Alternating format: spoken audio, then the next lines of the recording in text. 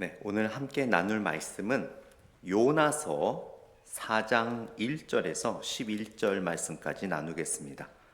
요나서 4장 1절에서 11절 말씀입니다. 구약 1289페이지 정도 될 것 같습니다. 요나서가 이렇게 조그맣게 얇고 4장밖에 안 되기 때문에 이렇게 찾기가 쉽지는 않죠. 거의 끝에쯤에 있는데 1289페이지, 구약 1289페이지 정도가 되겠습니다. 요나서 4장 1절에서 11절 말씀입니다. 참 여러분들 이렇게 한 분 한 분 뵐 때마다 참 귀하세요. 이 수요일 날 날씨 좋고 참 이 시간에 뭘 해도 하실 텐데 하나님을 사모하여 참 예배 드리러 나오신 분들 참 귀하세요. 제가 이렇게 보기 귀한데 하나님께서 여러분들 한 분 한 분 보기가 얼마나 또 귀하실까요? 참. 네, 요나서 4장 1절에서 11절 말씀. 오늘은 본문 읽기 전에 잠깐 광고 하나 드리자면 다 아시다시피 우리 정의민 집사님, 안수 집사님 아버님 천국 환송 예배가 토요일 오후 1시에 이 자리에서 오후 5시 제가 지금 오후 5시 오후 5시에 이 자리에 있습니다. 왜 생각은 5시인데 말은 1시로 나올까요? 오후 5시에 이 자리에서 천국 환송 예배가 있습니다. 또 기도해 주시고 또 참여해 주시면 감사하겠습니다. 요나서 4장 말씀 우리 읽기 전에 지난주에는 부활을 경험한 사람의 모습이 어떠해야 됐는지, 또 오늘 본문을 통해서는요 부활을 경험한 사람이 하면 안 되는 그 신앙의 자세를 구약의 선지자인 요나의 모습을 통해서 한번 우리가 나누고자 합니다.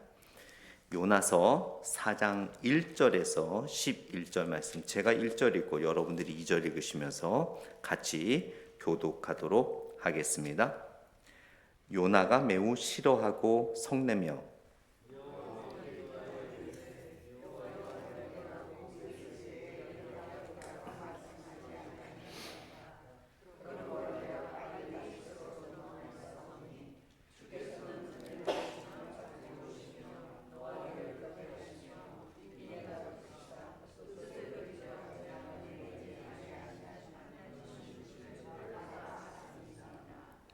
여호와여 원하건대 이제 내 생명을 거두어 가소서. 사는 것보다 죽는 것이 내게 나음이니이다 하니,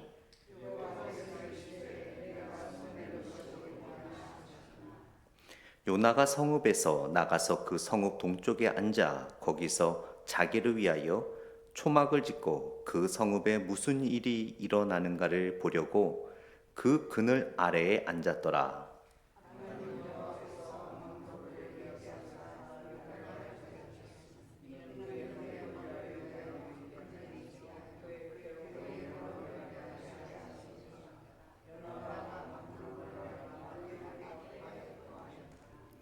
하나님이 벌레를 예비하사 이튿날 새벽에 그 박농쿨을 갉아먹게 하심에 시드니라.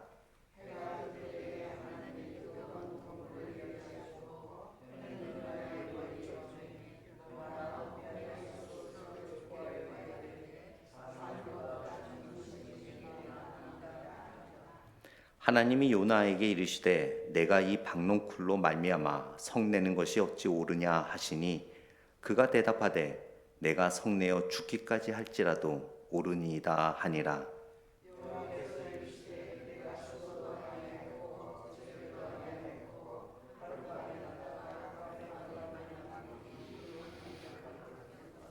같이 읽습니다. 하물며 이 큰 성읍 니느웨에는 좌우를 분별하지 못하는 자가 12만 명이요 가축도 많이 있나니 내가 어찌 아끼지 아니하겠느냐 하시니라. 아멘. 네, 잠시 기도하겠습니다. 하나님 감사합니다. 하나님의 말씀을 같이 묵상합니다.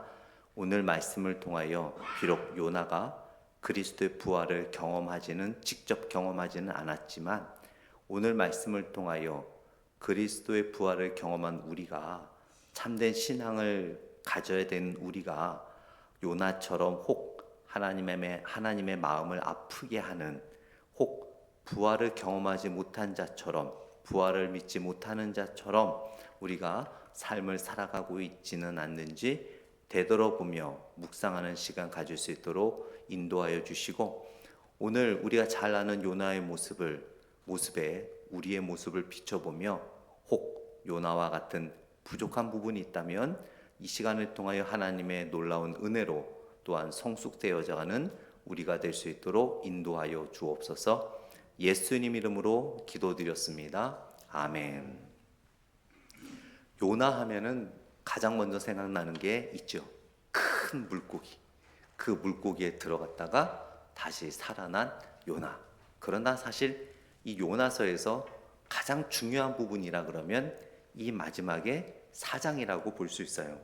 그런데 다른 성경책과 다르게 이 4장은 하나의 질문으로 끝나게 됩니다.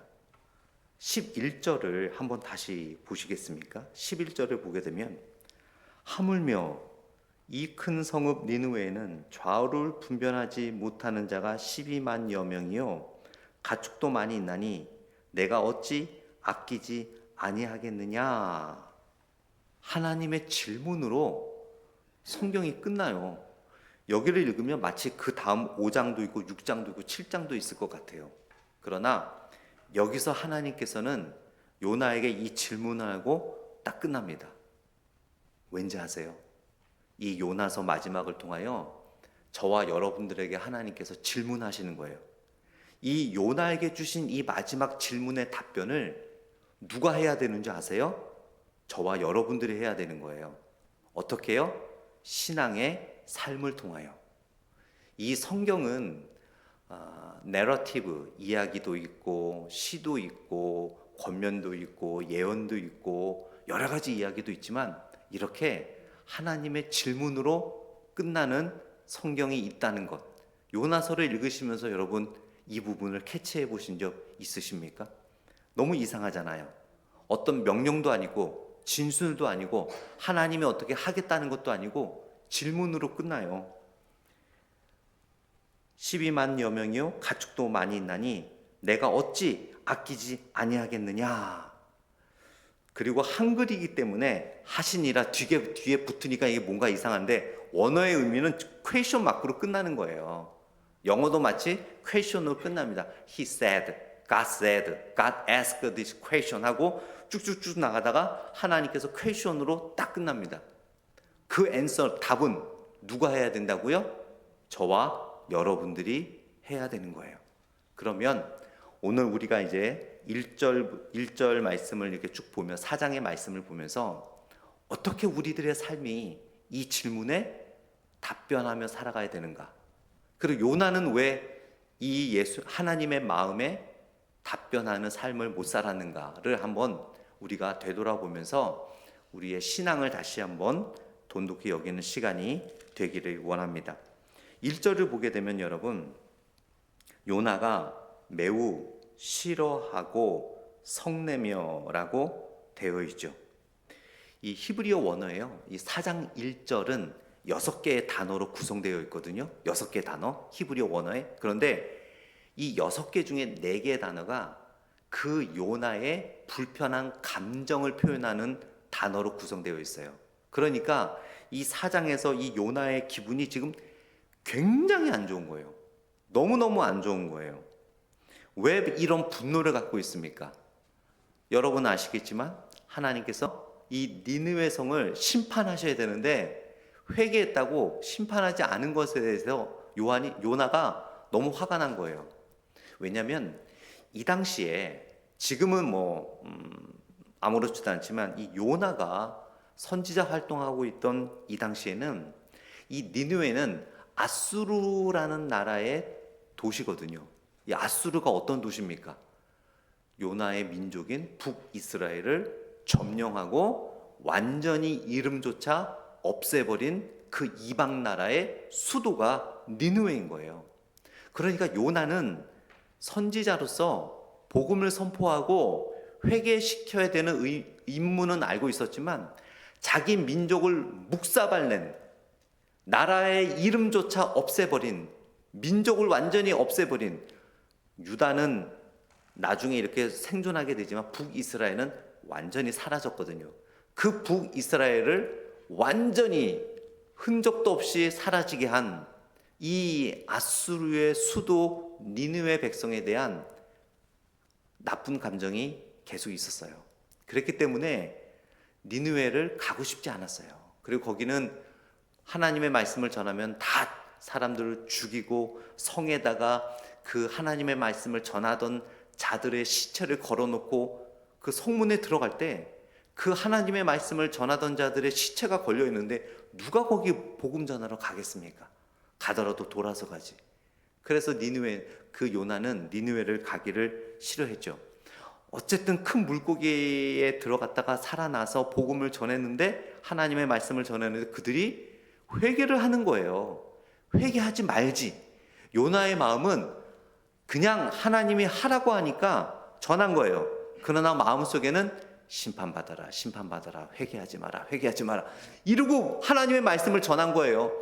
그런데 이 사람들이 자기 말을 듣자마자 귀를 쫑긋 세우면서 더 가르쳐 달라고, 하나님에 대해 더 얘기해 달라고 울고불고 회개하며 리더들이 사람들을 모아다가 성 앞에서 회개시키고 우리 하나님을 믿읍시다 난리가 난 거예요. 니느웨는 요나는 그걸 바란 게 아니거든요. 하나님이 전하라고 하니까 전한 거예요. 마음속에는 벌 받아라, 벌 받아라, 끝까지 회개하지 마라, 끝까지 하나님 믿지 말고 니네 그 우상 끝까지 믿어, 끝까지 믿어 하면서 전했는데 이들이 완전히 울고불고 회개하고 난리가 난 거예요. 그러니까 요나의 마음이 기쁠까요? 불편할까요? 불편하죠. 정말 불편한 거예요. 그래서 화가 난 거예요. 요나가 매우 싫어하고 성내며, 하나님, 그들이 그렇게 회개하는 건 진짜가 아닐걸요? 그들이 하나님의 선택한 북이스라엘을 완전히 이름조차 없애겠잖아요. 그들을 이렇게 받아주시면 안 돼요. 그들을 용서하시면 안 됩니다. 지금 당장 불러서 그들을 심판하셔야죠. 그런 마음이 있었는데 하나님이 심판을 안 하시니까 이 요나가 너무너무 마음이 불편한 거예요. 이게 이 사장의 핵심입니다. 그러면서 2절을 보게 되면 여호와께 기도하여 이르되, 이게 굉장히 또 중요한 진리가 여기 있는데요. 여호와께 기도하여 이르되 내가 고국에 있을 때 이러하겠다고 말씀하지 아니하였나이까? 그러므로 내가 빨리 다시스로 도망하여 싸우니 주께서는, 여기서 잘 보셔야 돼요, 은혜로우시며 자비로우시며 노하기를 더디하시며 인애가 크시사 또 뜻을 돌이켜 재앙을 내리지 아니하시는 하나님이신 줄 내가 알았음이니이다. 이것은 뭐냐면요, 요나가 하나님에 대해서 너무나 완벽하게 알고 있는 거예요. 다른 선지자들도 쉽게 하나님의 성품에 대해서 표현하지 못하는 부분 4가지를 완벽하게 요나가 하나님의 성품에 대해서 선포하고 있죠. 그만큼 요나는 하나님에 대한 신학적 지식이 굉장히 깊은 선지자였어요. 이 부분이 여러분 오늘 본문을 나누면서 굉장히 중요합니다. 이것을 여러분 기억하고 계셔야 돼요. 요나는 어느 선지자보다도 하나님에 대한 그 지식이 엄청나게 깊었던 선지자였음을 여러분 그거를 기억하고 말씀을 계속 들으셔야 돼요. 자, 그래서 요나가 하나님에 대해서 뭐라고 이야기합니까? 은혜로우시며 라고 이야기를 하죠. 은혜로운 말 아시죠? 아무 조건 없이 베푸시는 하나님. 그리고 자비로우시다. 이것은 이 자비롭다라는 히브리어 원어는 어머니의 모성애와 이 근접한 단어를 썼어요. 그래서 그 아이가 엄마 뱃속에 있을 때 그 임신할 때 자궁, 여성 엄마의 자궁의 그 단어에서 나온 것이 바로 이 자비롭다라는 말이거든요. 그래서 어머니의 그 자식에 관한 사랑, 아시죠? 표현할 수 없는 그 사랑, 그런 사랑에 대해서 요나는 잘 알고 있었던 거예요. 하나님에 대해서. 그러면서 또 뭐라 그래요? 하나님은 노하기를 더디하시다라고 이야기를 하죠. 여기서 노하기를 더디하다라는 것은 이 히브리어 뜻은 뭐냐면 코가 길다라는 거예요. 코가 길다라는 건데, 왜 코가 노하기를 더딘 사람의 의미가 왜 코가 긴 사람이라고 표현을 하냐면, 그 의미가 지금 그 노하기를 더디하다는 의미인데요. 이때 히브리 사람들은요, 사람이 분노하거나 화가 나면 이 몸 중에 코가 제일 빨개지고 코에서 열이 많이 난다고 생각을 했었어요. 이 당시 문화로. 그래서 코가 긴 사람은 그만큼 열받은 코가 식을 수 있는 범위가 길고 많기 때문에 다른 사람보다 열을 덜 받는다, 화를 덜 낸다, 노하기를 덜 한다라고 그런 문화적인 그런 속담들이 있었어요. 그래서 여기서 노하기를 더디다라는 히브리어 원어의 의미는 코가 길다라는 의미가 이 안에 들어가 있습니다. 그리고 넷째로 하나님에 대해 뭐라고 이야기합니까? 인애가 크시다라고 이야기하죠. 여기서 인애는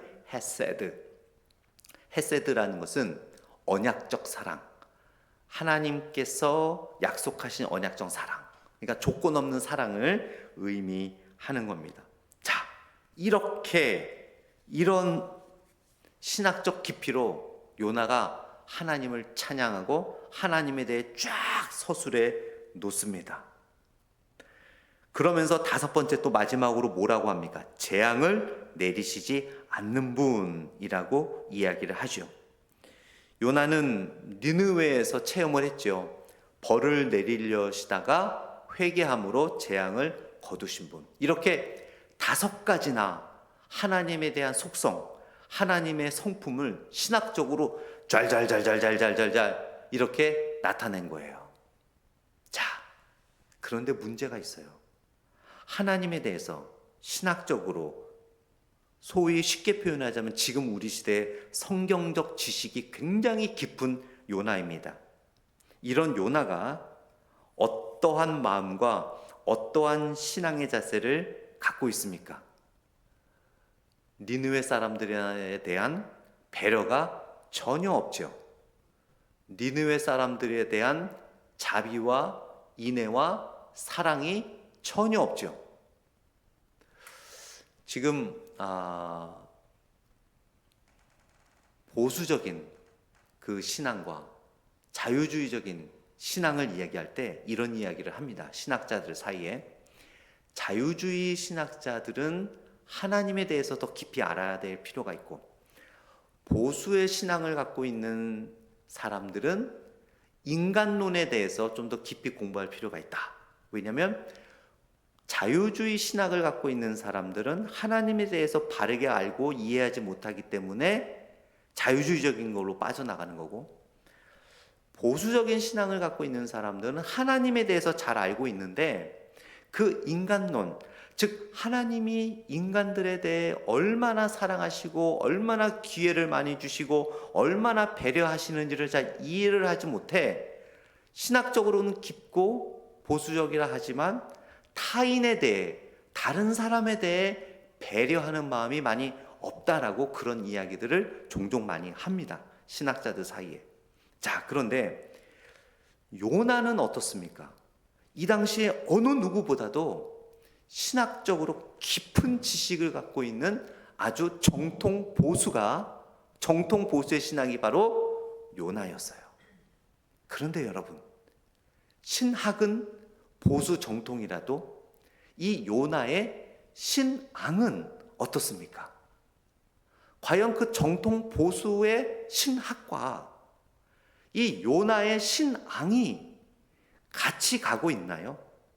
아니면 완전히 동떨어져 있나요? 하나님은 이 보수 정통의 요나의 신학에 대해서 과연 하나님은 어떤 마음으로 요나의 모습을 바라보고 있을까요? 그러나 여러분, 우리가 절대 오해해서는 안 돼요. 저는 정통 보수 신학을 추구하는 목회자요, 신학자입니다. 그렇기 때문에 정통 보수 신학이 잘못됐다는 의미가 아니라 정통 보수 신학을 갖고 있는 저와 같은, 또 우리와 같은 신앙인들이 자칫 요나와 같은 너무나 신학과 신앙이 따로 분리되어져 있는 신앙생활을 할 수 있음을 우리가 요나서를 통해서 우리가 우리 자신을 한번 되돌아볼 필요가 있는 것이에요. 부활을 경험한 사람들은 여러분, 신학과 신앙이 같이 가야 돼요. 부활에 대해서는 잘 알고, 부활에 대해서는 확신하고, 부활에 대해서는 목숨을 걸고라도 신뢰하고 믿는 성도라면 거기에 맞는 신앙 생활도 같이 가야 되는 것이 바로 부활을 믿고 경험한 신앙인의 모습이라는 것을 우리는 알 수 있습니다. 자, 이렇게 요나는 그 신학과 신앙이 함께 가지 못하는 안타까운 신앙생활을 했던 것을 우리는 보게 됩니다. 그러면서 3절에 보니까 뭐라고 이야기합니까? 여호와여, 원하건대 이제 내 생명을 거두어 가소서. 와, 맨날 죽겠다 죽겠다 하는 거예요, 요나는. 여러분, 요나서를 한번 쭉 보면은요, 죽겠다 죽겠다라는 말밖에 없어요. 죽겠다 죽겠다, 내가 그냥 죽자, 내가 죽자. 지금 이 3절에서도 하나님께서 그 물고기 뱃속에서 살려주셨음에도 불구하고 뭐라고 합니까? 여호와여, 원하건대 이제 내 생명을 거두가소서. 삐지는 거예요. 왜 삐져요? 하나님의 사랑에, 그 신학적 깊이에, 신앙의 깊이가 따라가지 못하니까 하나님에 대해서 완전히 오해하는 요나의 모습을 보게 됩니다. 그러면서 뭐라 그래요? 아예 저 죽을래요, 저 그냥 데려가세요 라고 이야기하는, 푸념을 내려놓는 요나를 보게 됩니다. 그러면서 4절에 하나님이 이렇게 말씀하시죠. 내가 성내는 것이 옳으냐 하시니라. 이게요, 여러분은 잘 모르시죠? 이거를 한번 깊이 보게 되면 이제 요나가 막 하나님에 대해서 신학적인 내용을 하지만 전혀 신학적인 지식에 따라가지 못하는 삶의 모습을 보면 하나님은 가슴이 아프겠죠. 그러면서 이제 막 애처럼 막 나 죽을래 하는 것처럼, 엄마가 장난감 하나 안 사준다고 싫어 나 집 나갈래 하는 어린아이처럼 땡깡을 부리는 거예요. 나 그냥 죽을래요, 나 데려가 주세요. 그러한 요나를 보며 하나님이 이렇게 말씀하시죠. 내가 성내는 것이 옳으냐. 한 번 더 기회를 주는 거예요, 요나한테. 요나야, 네가 그렇게 생각하는 게 맞니? 네가 지금 이것 때문에 화내는 게 맞아? 다시 잘 생각해봐. 마치 그 마트에서 장난감 하나 안 사준다고 막 땡깡 부리는 어린아이한테 엄마가 아이의 눈을 맞추며 쪼그리고 앉아서, 얘야, 지금 이런 거 옳지 않아. 엄마가 나중에 사준다고 했잖아. 너 이 똑같은 장난감 갖고 있잖아, 집에. 벌써 이게 몇 개째야. 또 사줘봤자 너는 오늘도 1시간도 안 갖고 놀고 이걸 또 집어 던질 거야. 그래서 집에 쌓아놓은 장난감이 벌써 몇 개니. 이건 옳지 않아 라고 아이를 타이르듯이 하나님께서 요나를 타이르시는 거예요. 요나야, 네가 이렇게 성내는 게 맞니? 네가 나에 대해서 그렇게 잘 알고 있고, 네가 그렇게 성경적 지식도 깊고, 그런데 네가 과연 이렇게 생각하는 게 맞니? 한번 곰곰이 다시 한번 생각해 보렴이라고 정말 기회를 주는 거예요. 여기서 우리는 정말 이 4절과 5절 사이에 여러분, 사실은 굉장한 긴장감이 있는 거예요. 침묵이 흐릅니다. 바로 이 제 성경책에는 4절과 5절 사이에 2mm 간격밖에 없지만 이 질문한 이후에 엄청난 무거운 침묵이 흐르는 거예요. 그때 이제 요나가 어떻게 합니까? 5절에 보니까 요나가 성읍에서 나가서 그 성읍 동쪽에 앉아 거기서 자기를 위하여 초막을 짓고 그 성읍에 무슨 일이 일어나는 것을 보려고 그늘 아래 앉았더라. 이게 뭔 줄 아세요?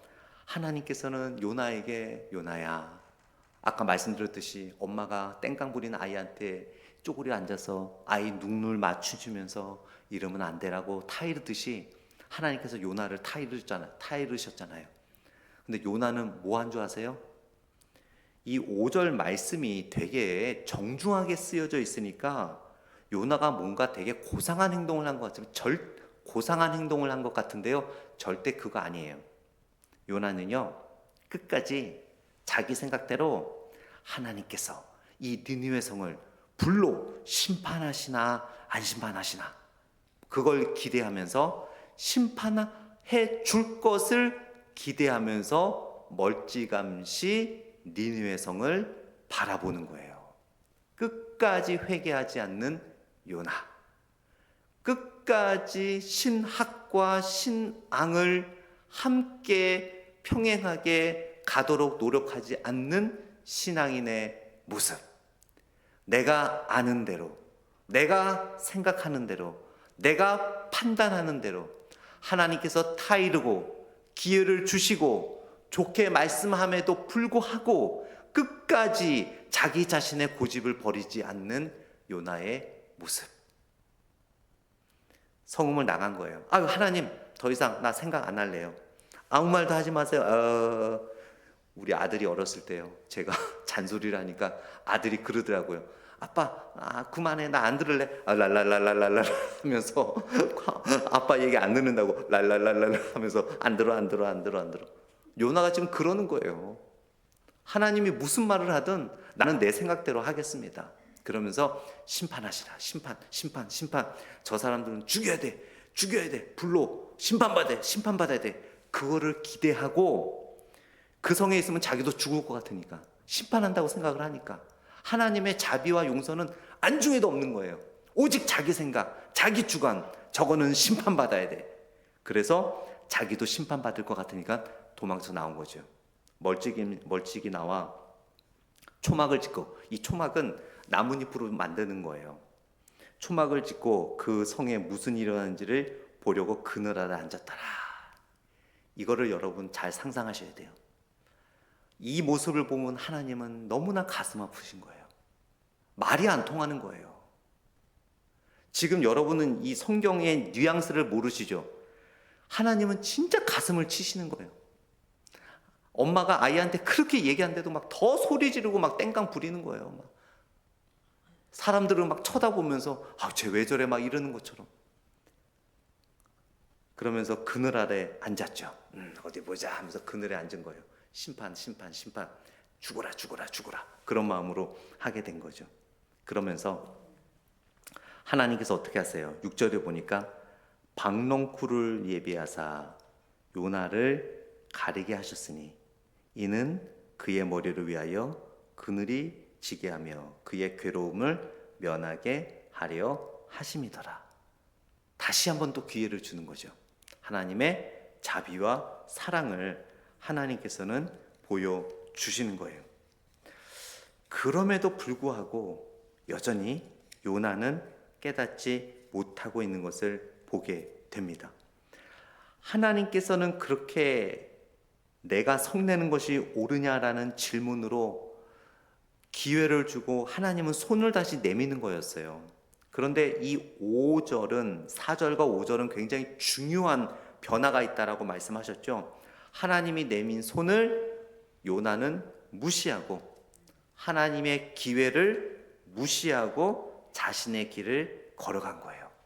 그래서 이 4절과 5절을 여러분 읽으시면서 마치 그 영화 속이나 드라마에서 어떤 사람이 서로 등을 돌리고 헤어지면서 막 꽝 천둥번개 같이 막 소나기가 내리면 어때요? 이거 서로 무슨 일이 크게 벌어지겠구나. 이 두 사람 원수가 됐구나. 그렇게 우리가 어떤 그 영화의 음향적, 시각적 효과를 우리가 깨닫지 않습니까? 그거예요.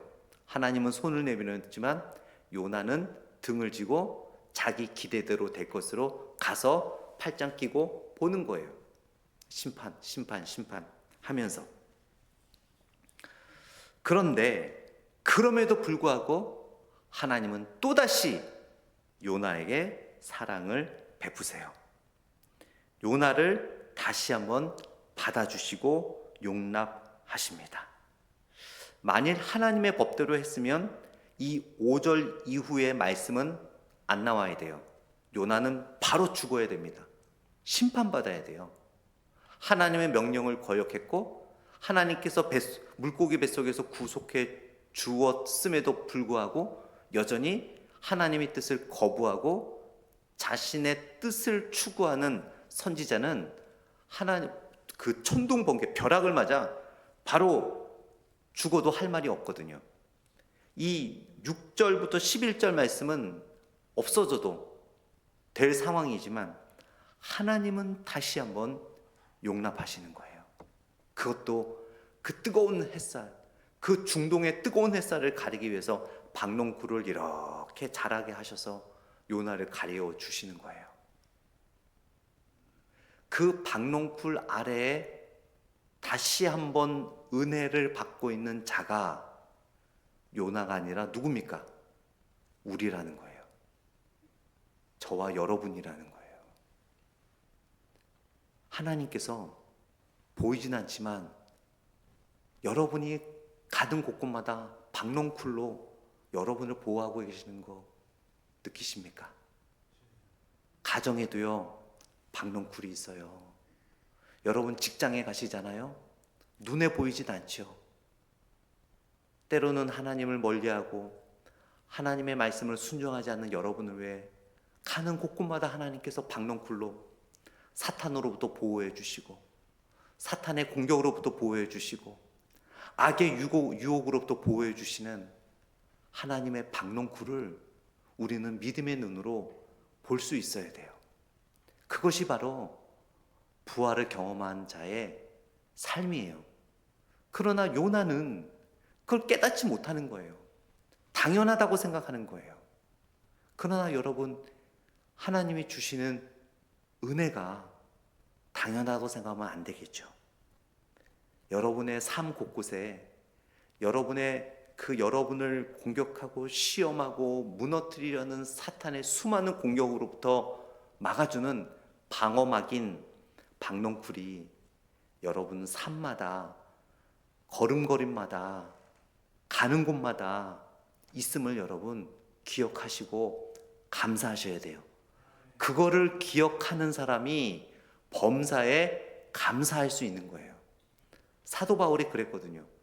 감옥에서 채찍질 맞고 그 벌레들과 함께 바퀴벌레와 함께 그 감옥에서 있어도 하나님께서 자신을 보호해주는 박농쿨이 있다는 것 때문에 감사할 수 있었고, 구약 성경에 요셉이 억울하게 감옥에 갇혀도 하나님께 찬양하고 기도하고 감사할 수 있었던 것은 그 감옥 안에도 박농쿨이 있다라고 믿었기 때문이에요.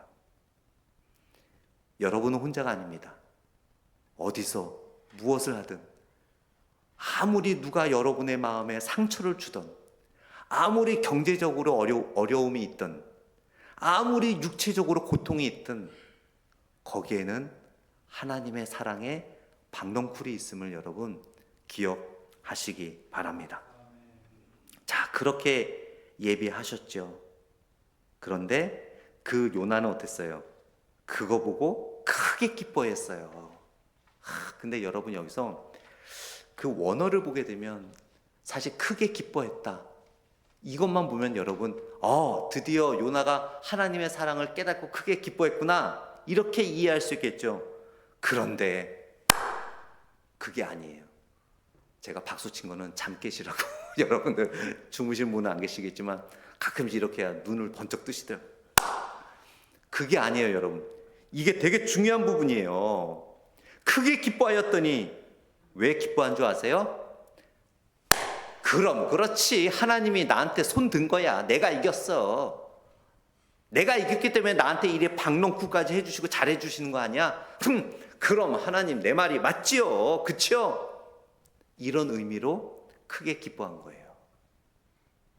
하나님께 감사함의 기쁨이 아니에요.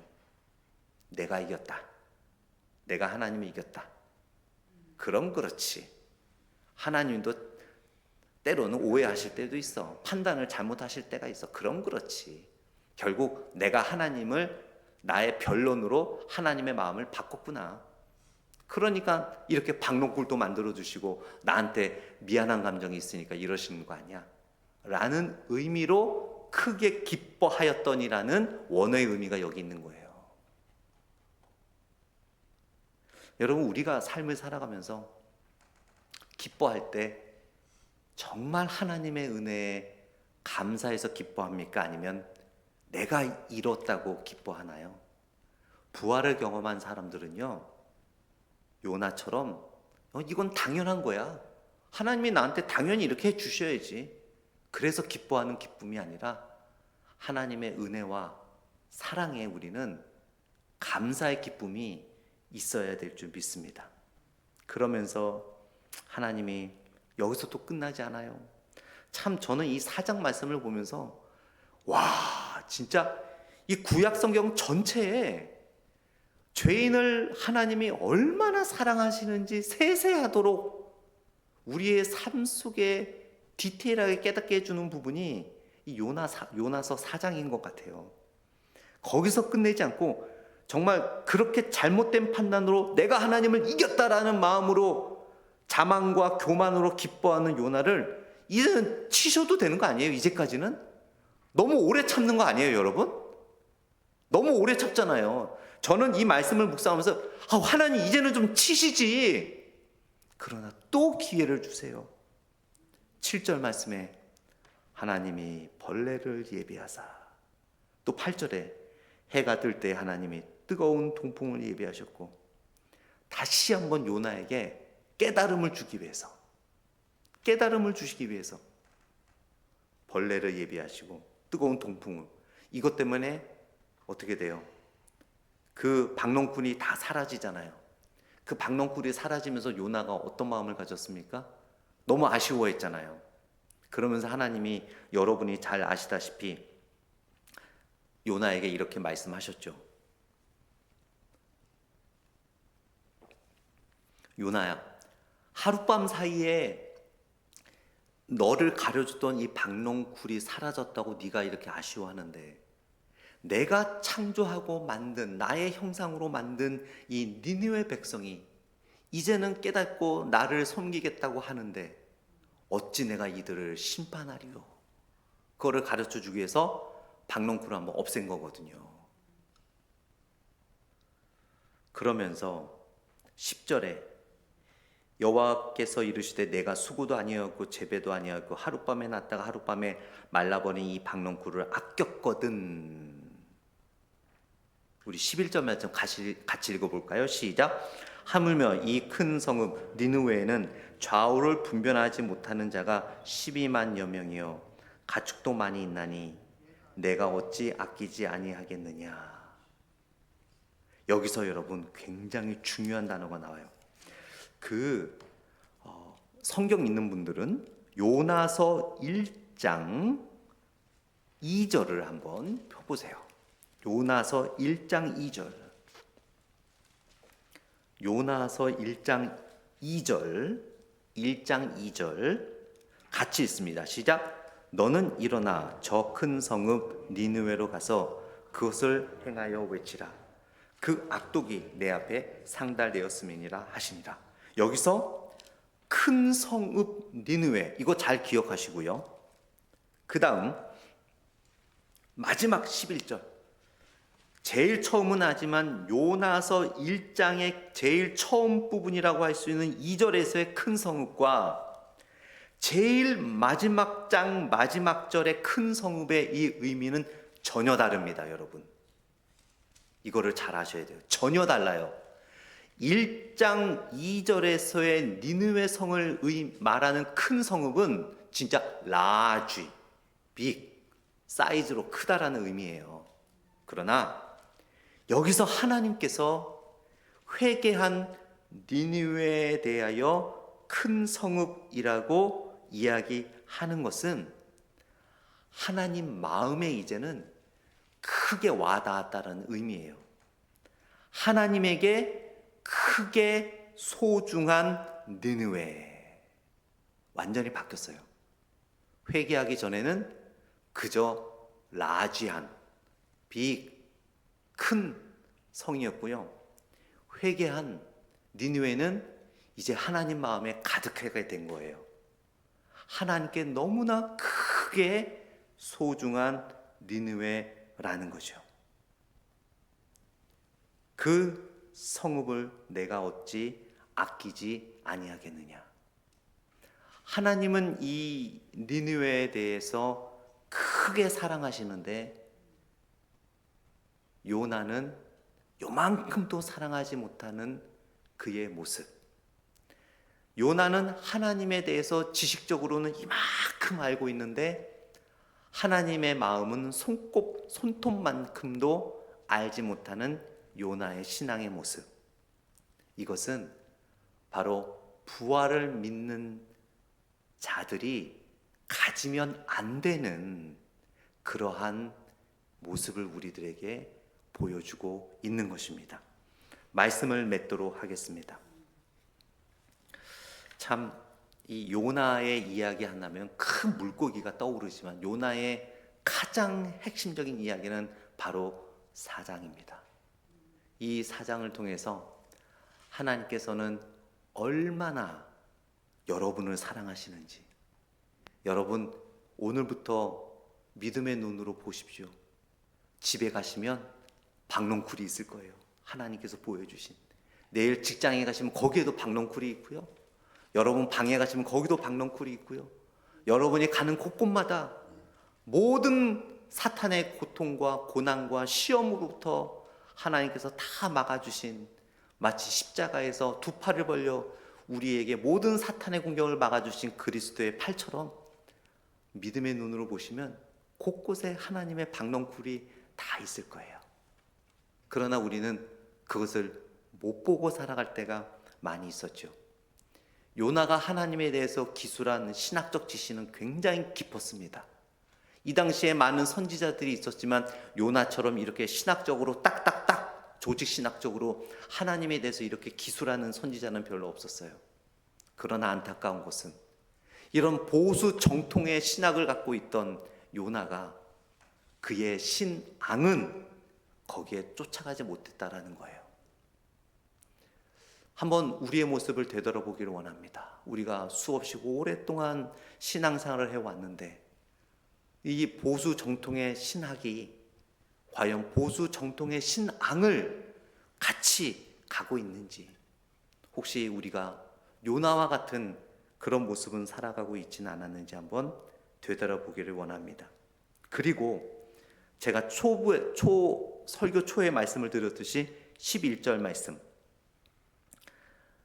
내가 아끼지 아니하겠느냐, 이 대답은 저와 여러분들이 해야 돼요. 시애틀 평강장로교회가 해야 됩니다. 아끼지 아니하겠느냐. 지금도 수많은 영혼들이 죽어가고 있습니다.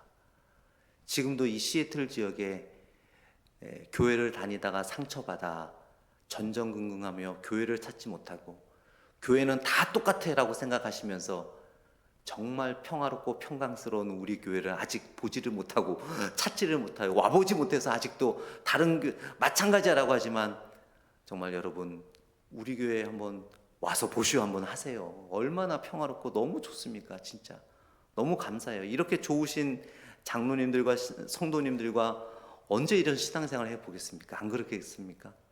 그런 분들이 너무 많다는 거죠, 이 지역에. 여러분, 우리가 대답해야 돼요. 말로 대답하는 게 아니라 우리의 삶으로. 우리가 하나님의 박농쿨의 은혜를 받았으면 우리가 박농쿨이 돼줘야죠. 힘들고 상처받고 외롭고 어려운 자들의 우리가 박농쿨이 돼줘야죠.